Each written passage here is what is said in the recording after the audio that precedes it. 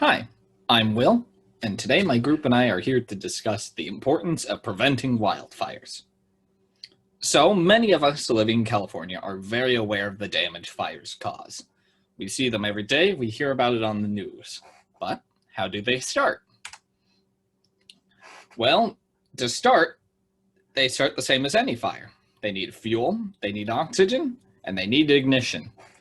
This ignition, though, is almost always caused by humans. According to the EPA, only 10 to 15% of fires are started naturally.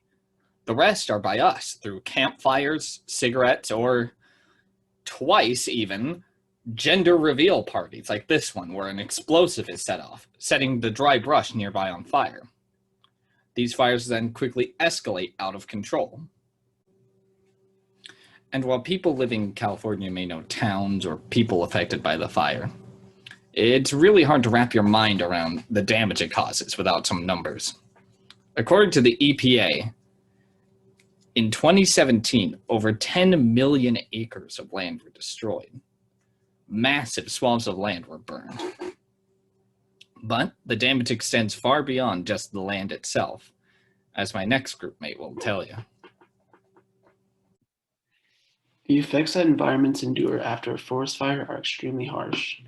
Animals' homes are destroyed, air quality is diminished, and bodies of water are contaminated, resulting in less oxygenated water. We can clean up the aftermath of a wildfire and try to play catch up, but the most effective way to mitigate them is to prevent them from happening in the first place. In addition to environments enduring hardships from wildfires, there are also side effects for humans. Particles suspended in the air can cause problems, all the way from headaches to asthma attacks to even heart attacks and strokes. The most effective ways to deal with complications is to inhale air through an oxygen tank. To mitigate the effects at home, it's recommended to purchase an air purifier and wear a mask outdoors. So how do we prevent wildfires, specifically in California? To be better stewards of the environment, we need to be mindful whenever we are out in the environment and do our part as citizens to make sure our activities do not turn into a raging fire. First and most obvious is to always follow and respect laws and regulations. Secondly, when we start our own fires, whether we are out camping or in our own backyard, we should make sure to check the weather for high winds, which could easily spread fire. Making sure to use organic materials when burning is also very important, as other materials may react harshly to fire.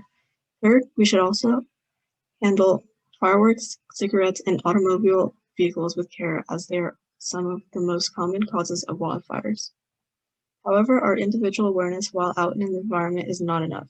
The centuries of racial discrimination against indigenous tribes, fire suppression rooted in fears of fires, and degradation of ecosystems by climate change have allowed for aggressive wildfires to continue across our California landscape.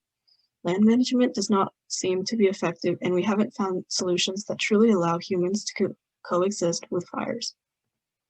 Indigenous knowledge has been lost over time as a result of displacement and because of fear of embracing controlled fire burns.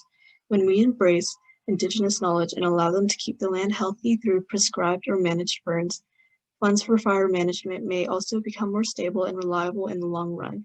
Until we have worked out the legislation in our state to allow cultural burns to take place, our ecosystems will continue to suffer from wildfires. We cannot allow our local communities to continue getting displaced and homeless. We must listen to Indigenous peoples to adapt to our changing climate while we learn to embrace an appreciation, a respect, and relationship with our environment before it is too late. Thank you for listening to our presentation.